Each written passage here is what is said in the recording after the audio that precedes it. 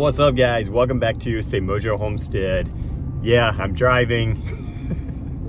So the deal is, the intro that I shot for this video, something happened to the video. I don't know. It's just like not there. So maybe I didn't hit record. Maybe my phone cut off. I don't know. But all that to be said, we're planting our first fall crops. But before we get them planted, we got to get some areas ripped out and cleaned up. So we time-lapsed that. I gotta say, keep an eye on the clouds. They were really cool in that time lapse. You guys also get to join me for a truly euphoric corn experience. But before we get to that, enjoy this time lapse.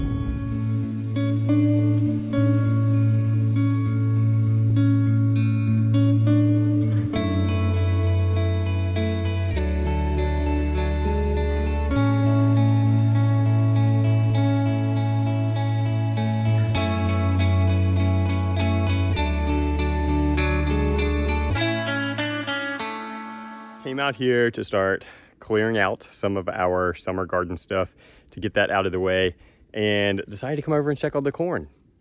Check it out! We have corn! So excited. So this is the first time that we have successfully grown sweet corn, and I can't wait. I have it now. Have y'all ever had like fresh raw corn? If not, don't knock it till you try it. A lot of times I'll tell people raw corn is the best, and they give me this crazy look, but it is so good. Oh my God.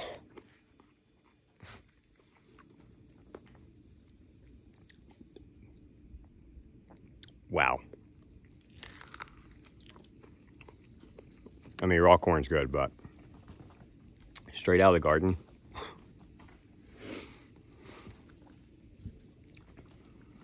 I honestly don't know if I've ever had corn that good. Check that out. Can y'all see that? Like the milkiness coming out of it. Oh my gosh.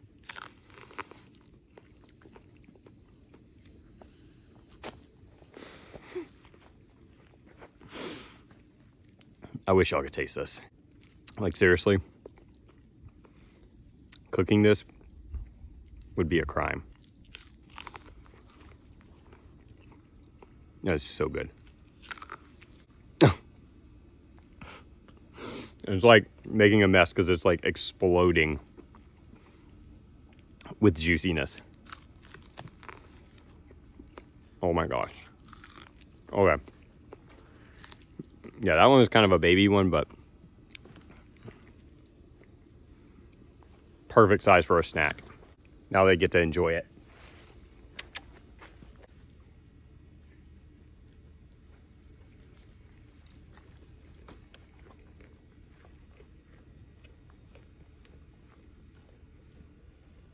Guys, I got the beds all done, got compost, top dressed. So now we are going to get the first round of our fall seeds in. I've got about 20 minutes before I got to head to work. So just gonna knock a couple of these out real quick while I've got the time, and then hope that they grow the way they're supposed to. So I think that in this bed, we are actually gonna do kind of a mix, at least that's what I'm thinking. Sort of an experimental bed, if you will. So I've got some lettuce that I want to stick in here. Might do radish in here as well. I probably will do this watermelon radish just because it is so old and I'm not really sure that's going to do much. We'll probably do one of these carrots just because we haven't had much luck in the past in ground, just because our soil is good on the top, several inches, but then after that, it gets really compacted. So root vegetables that like to be longer and have deeper roots don't really perform well in ground for us. So I just wanted to test it to kind of see where we're at with that. And then we've got cabbage and broccoli that I definitely want to go ahead and get in the ground so that they can start producing. Now, the cabbage was overpacked because of low germination rate, 61%. That is super, super low. So we'll see how that one does. And then the broccoli, again, it's a little bit older, so don't know. Kind of what I mean by experimental bed. We're going to throw some things out here, see how they do. And then since it's our first planting, keep an eye on it. And if we don't have stuff popping up within a week, then we'll go ahead and replant with more viable seeds.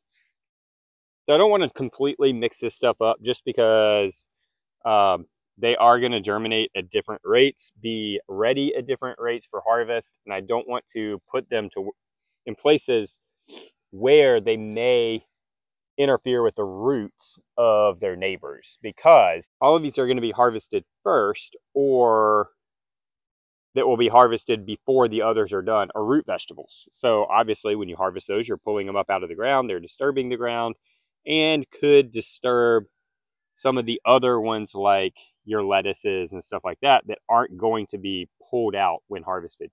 All right, so that was radishes. I think I'm going to do purple dragon because they are ones that can get a little bit deeper.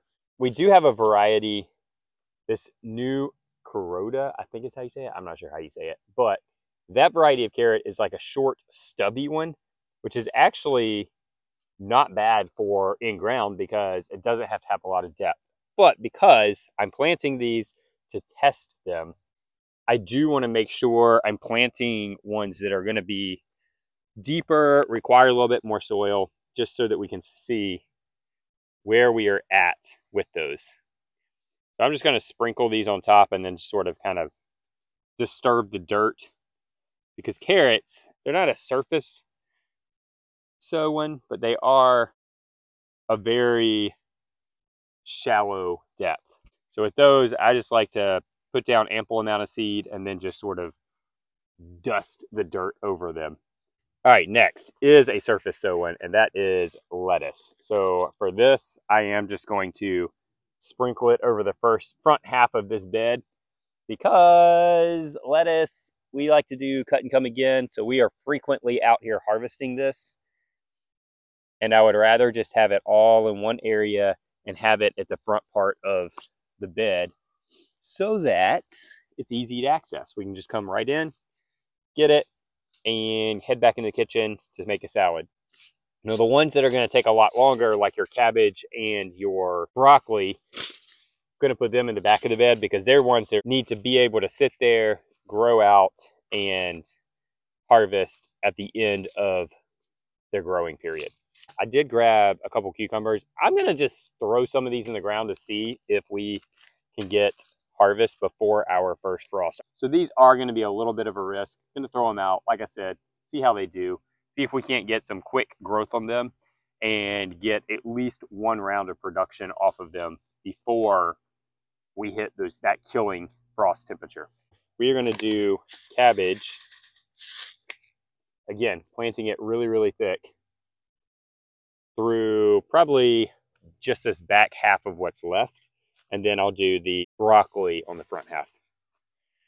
I am going to plant these close because, again, the cabbage is what was that 60% germination rate, which is awful for seeds. But these came from Baker Creek. They will overpack when they have that happen. So that is much appreciated by them. Good job, Baker Creek. No affiliation with them, but I do appreciate a seed company that recognizes a poor seed quality and will pack to make up for that. Nothing more frustrating than buying even a cheap pack of seeds to have only half of them germinate and you don't even have a lot of seeds in there to begin with. Y'all see this? I don't even remember what squash this is. I know that we did plant 1 or 2 winter squash over here in the corn, but I don't even remember what they were. This thing is going crazy. It may be a volunteer for all I know, but it has gone absolutely crazy through here, making its way up the trellis over there. I'm not complaining. I will 100% take whatever it is growing.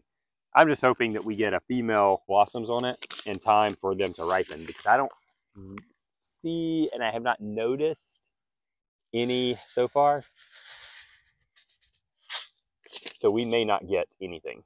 Not necessarily low germination, but these seeds are older seeds. So I'm gonna plant these super, super heavy. We're not gonna keep these seeds past this season. So we're just gonna load these rows up, see what comes up. And hopefully we will have some good or decent germination rate. What are you guys planting right now? As far as your fall stuff, and maybe if you're in a colder climate, I'm assuming you've already planted out your fall crops. Thankfully down here in South Carolina, long growing season, so we can afford to plant later. But yeah, would love to hear what you guys' plans are, or do you just take a break in the fall? Maybe the fall garden isn't really your thing, and you just say, you know what? Did the summer thing, we're done, taking a break, not gonna plant anything. Totally get it if that is you. I would like to hear what you guys like to do. Thankfully for us, a lot of these things like the broccoli, the cabbage, that first frost date does not affect these at all. Typically, we can grow these pretty much through our winter time because our winters are typically mild enough for that to happen, which I absolutely love. I love fall gardening, probably my favorite over the summer garden because it is more hands-off. Temperatures are much, much better, and you don't fight the weeds nearly as much.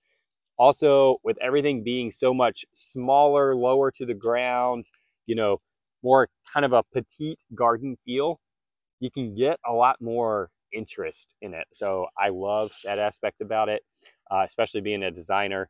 This bed, again, we're just throwing a bunch of stuff out here to see, but we do like to really focus on what we're planting and the rows and everything else because the color, the shapes, the textures, all of it, it is so much fun to really design a garden using your fall crops.